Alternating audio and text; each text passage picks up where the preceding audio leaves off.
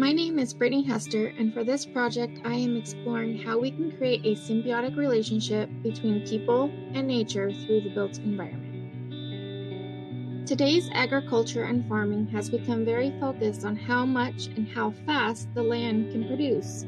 98% of U.S. farms are operated by families, and 86% of the agricultural products sold are originated from family farms and ranches. It is predicted with the growing population, these farms are going to have to up their production by 70% in the next 30 years.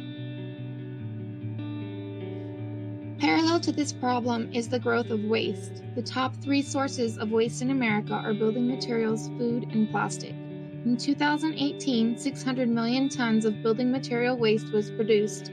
This is more than double the amount of municipal solid waste.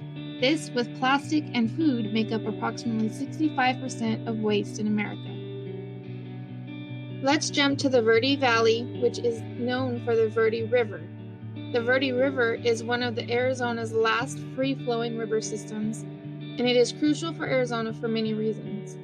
It provides crucial habitat for wildlife, fresh water for local agricultural production, and brings clean water to over 2 million people in the greater Phoenix area. Located along the river is where our site lays in Cottonwood, Arizona, which is considered the economic heart of the Verde Valley.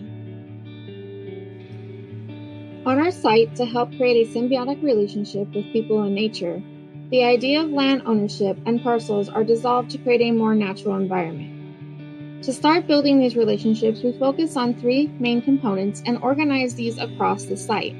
These components are earth, animal, and people. Then we looked at how these leaf petals start to organize crops and crop rotations throughout the seasons. Over time, the surrounding area will begin a natural reforestation. At the edges of each petal, there are buildings that each have a specific function, such as a farmer's market, a water conservation, and a bird watch. Looking back at some of the problems we face with future of farming and waste, the question is how can we reduce and use waste to create this built environment within nature? Studies are being done on how we can create building materials that have a long lifespan but can also be biodegradable. It has been discovered we can use mushrooms to create insulation and other building materials. There are now reasons to believe that these same mushrooms can first eat and dispose of plastic before becoming a building material. Along with these studies, there are also ways to use food and other natural wastes, such as yard clippings, to create building materials such as particle board and even module building components. To explore how functional these materials can be, while also educating the public, we use these materials throughout the site. While looking at the organization of our site, the leaf petals have started to create multiple intersections. At each of these intersections, we have created individual nodes throughout the site. Each node will create different experiences while you explore across the site.